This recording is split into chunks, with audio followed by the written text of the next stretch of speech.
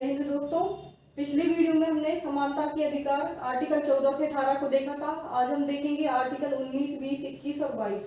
Article 19 कहता है अभिव्यक्ति की स्वतंत्रता। अभिव्यक्ति की स्वतंत्रता पहले 7 प्रकार की थी, मगर अब एक हटा के इसको 6 प्रकार का बना दिया गया है।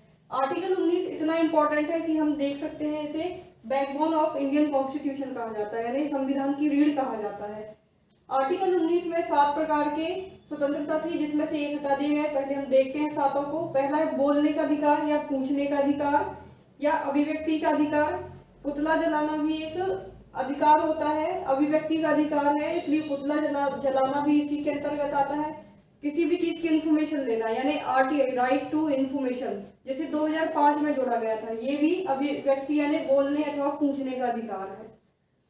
इसमें एक और आरटीआई भी लिख देती हूँ मैं, इसे 2005 में जोड़ा गया था। दूसरा है सभा का अधिकार, सभा बनाने का। जैसे मैं चाहती हूँ कि यहाँ पे सब लोग गैदरिंग करें, हम लोग किसी विषय पे चर्चा करें, तो ये सभा होती है, तो ये इस सभा को बनाने का भी अधिकार मुझे आर्टिकल 19 के तहत प्राप्त है। तीसरा है संगठन। संगठन मतलब होता है ऑर्गेनाइजेशन, तो ऑर्गेनाइजेशन जिसका लेखा जोखा हम सरकार को देते हैं कि ये हमारा संगठन है, ये बनाने का अधिकार हमें 19 के 3 के तहत मिलता है। इसका चौथा पॉइंट होता है संचरण का अधिकार। संचरण मतलब होता है घूमना, हम कहीं पे भी घूम सकते हैं, इसका अधिकार हमें 19 देता है। 19 का 5वां कहता है बसने या निवास करने की स्वतंत्रता। देश में हम कहीं पे भी रह सकते हैं। पहले हम जम्मू कश्मीर में नहीं रह सकते थे, मगर आर्टिकल 370 हटने के बाद हम जम्मू कश्मीर में भी रह सकते हैं। तो ये आर्टिकल 19 के 5वें क्लॉज की वजह से हम कर सकते हैं। ये छठवा है संपत्ति का अधिकार। जैसे कि मैंने आपको पहले ही बताया था, संपत्ति का अधिकार अब हट गया है। संपत्ति का अधिकार 1978 में 44वां संशोधन द्वारा मोरारजी देसाई ने हटा दिया था, क्योंकि संपत्ति का अधिकार जब तक मौलिक अधिकार था तो इसे सरकार भी नहीं छीन सकती थी, मगर हमको कुछ निर्माण कार्य कराने थे जिसकी वजह से हमें लोगों की संपत्ति लेनी पड़ रही थी, लेकिन इस अधिकार की वजह से हम उसे ले नहीं पा रहे थे। तो सरकार ने संपत्ति को हटा के मौलिक अधिकार से हटा के कानूनी अधिकार में रख दिए, जैसे कि मैंने आपको पहले भी बताया था। अब इसके बदले भूमि अधिग्रहण, मुआवजा वगैरह दिया जाता है, लेकिन सरकार इस संपत्ति को ले सकती है। सरकार इस संपत्ति को लेती है मगर बदले में कुछ देती है, वो ऐसे ही कब्जा नहीं कर लेती है। तो इस बात को आपको ध्यान रखना चाहिए। इसका 7वां क्लॉज कहता है व्यापार करने की स्वतंत्रता। हम भारत देश के अंदर कहीं पे भी कोई भी व्यवसाय कर सकते हैं, बशर्ते वो लीगल हो। ऐसा नहीं कर सकते कि बम बना के बेच दिया या धारदार हथियार जो इलीगल है वैसे व्यापार नहीं कर सकते हैं, मगर हमको व्यापार करने से कोई भी रोक नहीं सकता है। अब देखते हैं आर्टिकल 20। आर्टिकल 20 कहता है दोष सिद्धि में संरक्षण। ये दोष सिद्धि में क्या संरक्षण होता है, तो चलिए देखते हैं। इसमें भी कई सारे क्लॉज हैं जिसमें इम्पोर्टेंट की चर्चा करेंगे। तो इसमें है FIR कर देने पे दोषी करार नहीं किया जा सकता है जब तक कि उसे मजिस्ट्रेट द्वारा या कोर्ट द्वारा दोषी करार ना दिया गया हो। जैसे मैंने अगर मुझ पे इल्जाम आया कि मैंने किसी की पेंसिल चुराई, तो किसी ने मुकदमा दायर कर दिया कि इन्होंने पेंसिल चुराई और पुलिस आके मुझे ले गई, इसका मतलब ये नहीं है कि मैंने पेंसिल चुरा ही दी। जब तक ये कोर्ट में साबित नहीं हो जाता है और कोर्ट द्वारा मुझे पेंसिल चोर का दर्जा नहीं दिया जाता है, तब तक मैंने पेंसिल नहीं चुराई है। यानी सिर्फ FIR के आधार पे मैं दोषी सिद्ध नहीं हो जाती हूँ, ठीक है। इसका दूसरा है कि सजा उसी समय के हिसाब से दी जाए। मान के चलो मैंने पेंसिल 2020 में चुराई थी, तो पेंसिल चुराने पे उस समय 2020 के समय पे चुराने पर 2 साल की जेल का प्रावधान था, लेकिन 2022 आते आते फांसी की सजा का प्रावधान हो गया।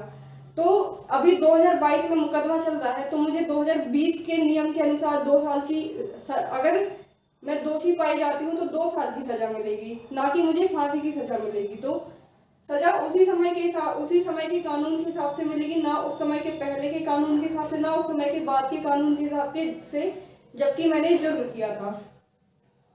तीसरा है एक अपराध की एक ही सजा होगी। अगर मुझे जो पेंसिल चोरी की सजा मिल चुकी है तो दोबारा उसी अपराध पे मुझे दोबारा सजा नहीं दिलाई जा सकती है, वो केस डिसमिस हो जाता है।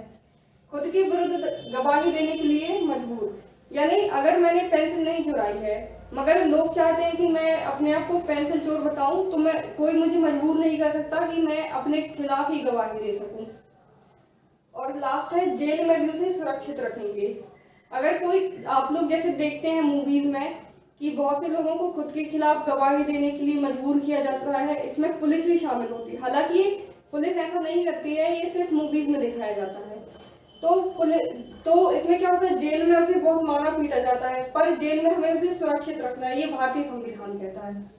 आर्टिकल 21 पे चलते हैं। आर्टिकल 21 कहता है प्राण एवं दैहिक स्वतंत्रता। इसमें हमें दो टर्म दिख रही है, एक दिख रहा है प्राण और दूसरा दिख रहा है दैहिक। तो देखते हैं क्या होता है। प्राण का मतलब होता है जीवन जीने का अधिकार। तो ये जीवन जीने का अधिकार हमें कैसे मिल सकता है? पहला कि हम आत्महत्या ना करें। तो अगर कोई सुसाइड करता है इसलिए उस पर केस होता है, क्योंकि ये आर्टिकल 21 का उल्लंघन होता है, जो कि हमें मूल अधिकार, मौलिक अधिकार प्रदान करते हैं। तो आप समझ गए होंगे कि अगर कोई सुसाइड करने की कोशिश करता है उस पर भी मुकदमा चलाया जाता है। जीवन जीने के अधिकार में हमें स्वच्छ पर्यावरण भी चाहिए होता है, इसलिए पर्यावरण की स्वच्छता अगर कोई उल्लंघन करता है तो सरकार इस पे बहुत सख्त एक्शन लेती है। आजकल आपने देखा होगा कि पॉलिथीन पे बैन लग रहा है, तो क्योंकि इससे पर्यावरण को काफी बहुत क्षति हो रही है। अभी हम ग्लोबल वार्मिंग को और क्लाइमेट चेंज को भी देख सकते हैं कि अभी कुंवार के मौसम में गर्मी होती है, पर अभी तक बरसात ही चल रही है। दिवाली के पहले पहले ठंड आना शुरू हो जाती है, पर अभी गर्मी लग रही है, साथ साथ बरसात को देख सकते हैं हम।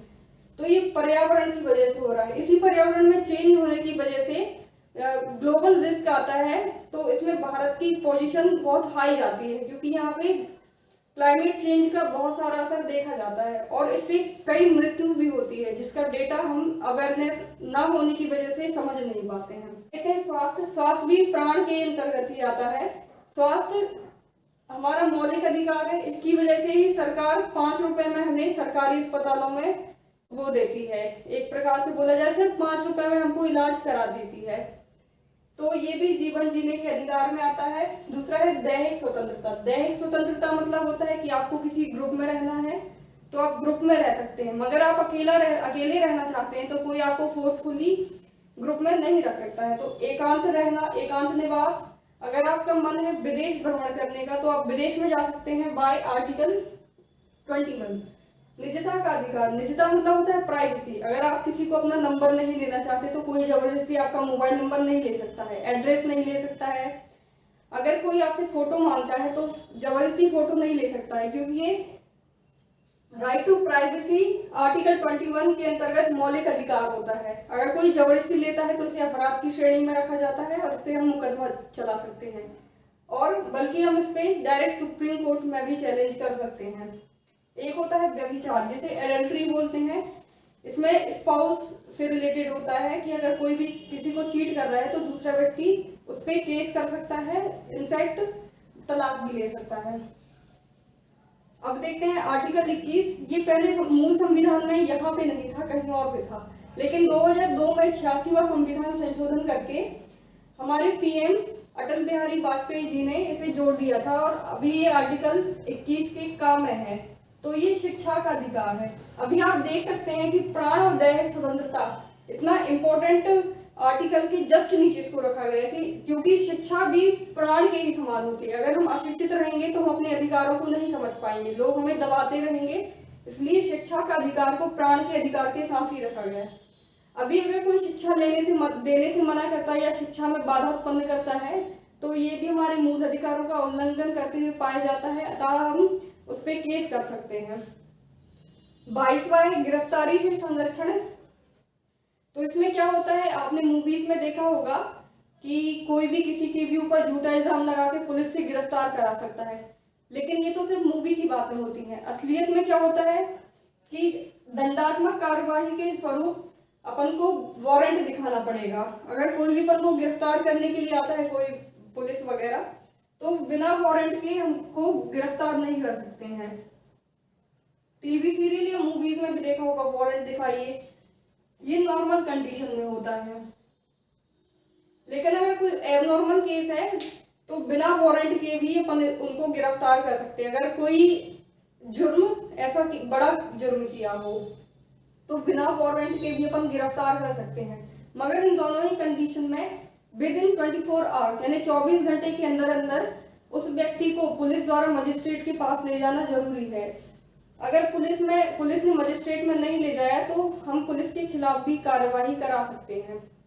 और साथ ही साथ इसमें भी सेम वही है कि ये तो FIR है या वारंट है, पर इसके बिना पे हमको दोषी करार नहीं किया जा सकता है। इसमें हम अपनी पसंद का वकील भी रख सकते हैं। वकील सरकारी भी हो सकता है जो सरकार हमें दिलाती है, या फिर हम अपना प्राइवेट वकील भी रख सकते हैं।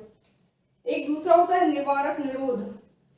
ये थोड़ा सा इम्पोर्टेंट हो जाता है। ये गिरफ्तारी से संरक्षण के अंतर्गत आता है, मगर हमको गिरफ्तार करके ही छोड़ता है। इसमें क्या होता है कि कोई भी ऐसी आतंकवादी संगठन होता है जिसपे हमें शक है कि देश में ऊधम मचाने वाला है या फिर देश को क्षति पहुंचाने वाला है, तो ऐसे लोगों को बिना वारंट के भी हम केवल शक के आधार पर गिरफ्तार कर सकते हैं। आपने सुना होगा इतिहास में 1919 में रॉलेट एक्ट आया था।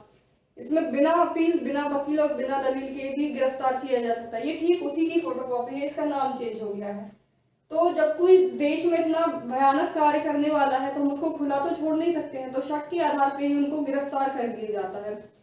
और इसमें क्या होता है कि 3 महीने तक हम उसको जेल में रख सकते हैं और 3 महीने तक मजिस्ट्रेट के पास ले जाने की भी जरूरत नहीं होती है, क्योंकि अगर हम उनको मजिस्ट्रेट के पास ले जाएंगे हो सकता है कि उसी दौरान वो अपने प्लान को एक्शन पे ले लें। तो इसलिए पहले पूर्णतः कार्यवाही की जाती है, उसके बाद ही मजिस्ट्रेट के सामने पेश किया जा सकता है। इसमें ये भी अपना वकील वगैरह रख सकते हैं, मगर बहुत सारी कंडीशंस होती हैं। डायरेक्टली इनको पब्लिक में छोड़ नहीं सकते हैं। अभी आपने सुना होगा कुछ एक्ट होते हैं, AFSPA होता है, UAPA होता है, MISA एक्ट होता है, NSA होता है, पोटा एक्ट होता है, टाडा एक्ट होता है, जिसमें से कुछ को खत्म कर दिया है आपने। लेकिन ये NSA नेशनल सिक्योरिटी एक्ट सुना होगा, UAPA सुना होगा, AFSPA सुना होगा। तो नॉर्मली ये नॉर्थ ईस्ट वाले रीजन में जहाँ पे चाइना अपने मतलब ग्रुप को भेजता है और भारत को तोड़ने के लिए कार्य करता है। नागालैंड वगैरह में ये AFSPA लगा रहता है। जम्मू कश्मीर में भी किसी क्षेत्र में ये सब लगे रहते हैं। तो अभी आप जब भी न्यूज देखिए तो आप इन सब के नाम सुनिएगा तो समझ जाइएगा कि ये आर्टिकल 22 से संबंधित है। तो अभी सबसे पहले हम देखें, आर्टिकल 19 कहता है अभिव्यक्ति की स्वतंत्रता। 20 कहता है दोष सिद्धि में संरक्षण, यानी इन कंडीशनों के हिसाब से हम स्वतंत्र हैं जब तक कि हम पे कोई भी दोष सिद्ध नहीं हो जाता है। ठीक है। आर्टिकल 21 कहता है कि प्राण और दैहिक स्वतंत्रता, शिक्षा का अधिकार, शिक्षा के अधिकार से ही हम स्वतंत्र हो सकते हैं, नहीं तो फिर हम मानसिक रूप से गुलाम ही रहेंगे। और आर्टिकल 22 कहता है दोष सिद्धि से संरक्षण, जब बिना वारंट के हम गिरफ्तार नहीं किए जा सकते, यानी हम स्वतंत्र हैं। तो आर्टिकल 19, 20, 21 और 22 हमें स्वतंत्रता का अधिकार देता है। तो इन चारों को संयुक्त रूप से हम स्वतंत्रता का अधिकार कहते हैं। तो आई होप आपको समझ में आ गया होगा। पिछले वीडियो में मैंने आपको स्वतंत्र समानता का अधिकार बताया था, अभी हमने कंप्लीट कर लिया है स्वतंत्रता का अधिकार। अभी मैं एक चीज और एक टर्म आपको नोटिस कराना चाहूंगी कि मैंने आपको आर्टिकल 21 के तहत बताया विदेश भ्रमण, और आप लोग सोच रहे होंगे कि आर्टिकल 19 में भी संचरण की बात की गई है, तो ये दोनों एक ही चीज 2 बार क्यों लिखी गई है। तो मैं आपको नोटिस कराना चाहूंगी कि ये विदेश भ्रमण की बात करता है, जबकि आर्टिकल 19 भारत के अंदर की भ्रमण की बात करता है। अगर हम भारत में भ्रमण करना चाहते हैं तो आर्टिकल 19 अप्लाई होगा, और जब हम विदेश में भ्रमण करना चाहते हैं तो आर्टिकल 21 अप्लाई होगा। तो आई होप आपको ये वीडियो समझ में आया होगा, ये आर्टिकल समझ में आए होंगे, स्वतंत्रता का अधिकार क्या होता है ये समझ में आया होगा।